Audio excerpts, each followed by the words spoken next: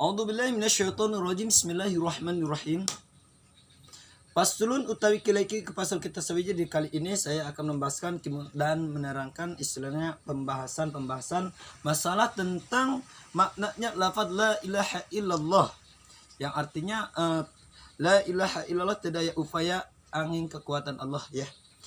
Bil haqi wujudi ilallah, sarang haknya ayatna Allah ya. Terusnya ya kita harus dalam pasal ini Ki Musonib mengatakan dan menerangkan kepada kita dalam kitab Sapina atau Kasipatu saja, yang saya akan bahas sedikit ya, dalam makna lafaz la ilaha illallah Muhammadur Rasulullah, yang artinya ya, maknanya dari lafaz la ilaha illallah, Allah merintah kepada kita semua, terapkanlah di hati kita bahwa adanya Allah, bahwa anjen harus terang.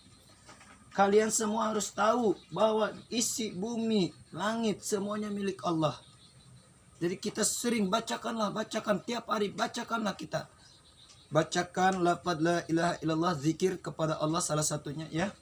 Karena insya Allah kalau kita sering zikir kepada Allah, kita mengingat dengan adanya kekuasaan Allah, bahwa ciptaan Allah akan dimusnahkan suatu saat oleh Allah. Sehingga kita perbanyaklah bacaan zikir kepada Allah. Barang siapa yang sering membacakan lafaz la ilaha illallah Muhammadur Rasulullah, maka Allah akan menjaminkan, akan meraksa dari 7 anggota dari badan kita yang Allah akan raksa. Yang pertama yaitu cepil. Kalau bahasa sini cepil ya, telinga. Kedua lisan kita. Yang ketiga mata kita. Yang keempat tangan kita. Yang kelima yaitu kaki kita. Keenam perut kita. Yang ketujuh yaitu parji kita. Dari anggota kita akan selalu diraksa oleh Allah apabila kita sering membacakan zikir kepada Allah. Yang mana sih lafaznya zikir itu? Yang mana yang sehingga dapat bonus dari Allah, yang akan diraksa oleh Allah, yaitu yang tadi, yaitu 7 anggota. Saya akan bahas ya kali ini. Apabila kita sering membacakan zikir tiap hari, kita membacakan zikir kepada Allah, la ilaha illallah, la ilaha illallah, la ilaha illallah, la ilaha illallah Muhammadur Rasulullah, la ilaha illallah Muhammadur Rasulullah. Telinga kita akan dijaga oleh Allah dari pendengaran orang yang berbuat jahat. Dari bisikan-bisikan setan yang terkutuk, Allah akan raksa. Sehingga kita tidak akan mendengar dengan bisikan-bisikan tersebut. Apabila kita sudah menerapkan lafaz la ilaha illallah Muhammadur Rasulullah dalam hati kita ya. Insya Allah kita kalau sering berzikir kepada Allah tidak akan mau mendengarkan penjelasan atau tidak akan mendengarkan bisikan-bisikan setan yang terkutuk ataupun dari orang-orang yang hasud. Insya Allah kita akan diberikan penutup oleh Allah. Itu satu faedah kita sering membacakan lafaz la ilaha illallah Muhammadur Rasulullah ataupun zikir. Yang kedua, kita akan dijaga mata kita dari penglihatan. Apa sih dijaganya mata kita? Dari penglihatan, mau berbuat zina, mengintip, contohnya ya, mengintip gini cus. Nah, ataupun kita mau lihat HP, apalagi HP zaman sekarang nih banyak HP isi-isinya tuh yang menggugahkan, isi-isinya yang sangat bermakna. HP bisa merusak, kadang-kadang bisa merusak, kadang-kadang HP itu bisa banyak bergunanya. Tapi mata kita, kalau kita sering membacakan zikir kepada Allah, insya Allah mata kita akan diraksa oleh Allah dari perbuatan-perbuatan, dari penglihatan-penglihatan yang akan menjerumuskan kita ke neraka. Contohnya kita tidak akan melihat film-film yang tidak bermoral. Terus kita tidak akan melihat dalam kemaksiatan. Oleh Allah akan diraksa bahwa kamu jangan melihatnya. Insya Allah mata kita akan diraksa oleh Allah. Yang ketiga, yang diraksa kita, syariat kita sering membacakan zikir kepada Allah, yaitu lisan kita. Lisan kita tidak akan mengeluarkan bahasa ataupun ucapan-ucapan yang merugikan orang lain. Ataupun istilahnya, lisan kita akan dijaga oleh Allah dari perbuatan-perbuatan maksiat. Ucapan-ucapan yang berbuat kemaksiatan. Ucapan-ucapan yang jahat, yang datangnya dari setan. Insya Allah lisan kita akan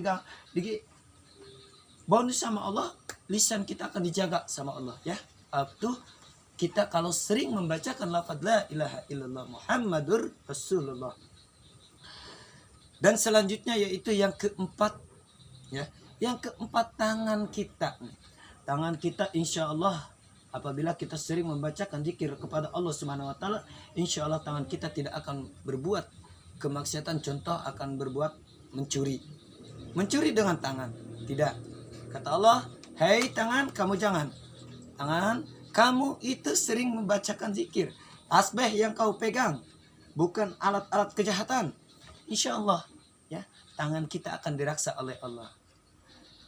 Dan selanjutnya yaitu parji, kaki kita ya. Kaki kita tidak akan dilangkahkan oleh Allah ke dalam ke jurang. Ya, tidak akan dilangkahkan sama Allah ke dalam kemaksiatan, ke dalam kejahatan atau pergaulan-pergaulan yang kurang bagus. Kata Allah, kaki, kamu jangan melangkahkan kakimu ke depan karena kamu ingin berbuat jahat. Insya Allah kita akan dijaga sama Allah kaki kita ya. Insya Allah, asal kita sering baca zikir lah. Insya Allah. Terus selanjutnya yaitu perut kita. Perut kita insya Allah akan diberikan rasa kenyang.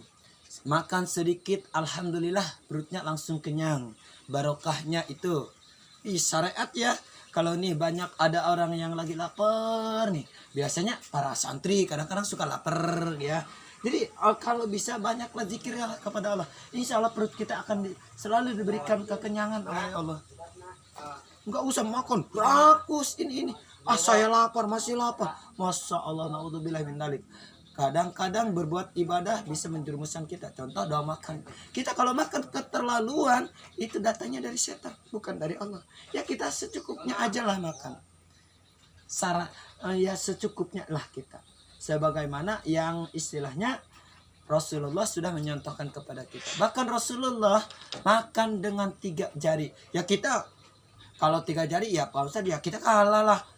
Kanjeng Nabi kan 3 jari, makanya sunahnya kita 5 ramo aja masih kurang katanya. Kita masih pengen nambah lagi, kalau bisa 10 kalau nggak malu katanya gitu.